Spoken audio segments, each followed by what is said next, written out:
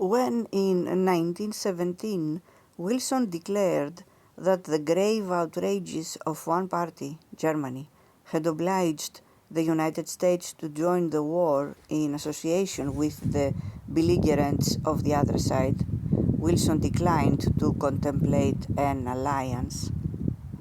He maintained that America's purposes were not self-interested but universal. We have no selfish ends to serve. We desire no conquest, no dominion. We seek no indemnities for ourselves, no material compensation for the sacrifices we shall freely make. We are but one of the champions of the rights of mankind. The premise of Wilson's grand strategy was that all peoples around the world were motivated by the same values as America. These are American principles, American policies. We could stand for no others, and they are also the principles and policies of forward-looking men and women everywhere, of every modern nation, of every enlightened community. It was the scheming of autocracies, not any inherent contradiction between differing national interests or aspirations that caused conflict. If all facts were made openly available and publics were offered a choice, ordinary people would opt for peace, a view also held by the Enlightenment philosopher Kant and by the contemporary advocates of an open Internet. As Wilson told Congress in April 1917 in his request for a declaration of war against Germany,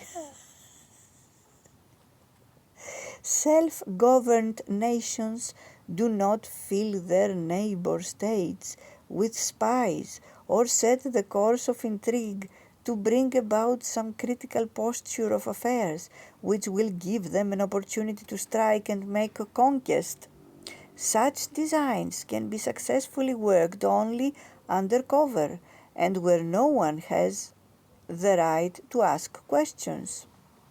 Cunningly contrived plans of deception or aggression, carried, it may be, from generation to generation, can be worked out and kept from the light only within the privacy of courts or behind the carefully guarded confidences of a narrow and privileged class. They are happily impossible where public opinion commands and insists upon full information concerning all the nation's affairs. The procedural aspect of the balance of power, its neutrality as to the moral merit of contending parties, was therefore immoral as well as dangerous. Not only was democracy the best form of governance, it was also the sole guarantee for permanent peace. As such, American intervention was intended not simply to thwart Germany's war aims, but, Wilson explained in a subsequent speech, to alter Germany's system of government. The goal was not primarily strategic, for strategy was an expression of governance.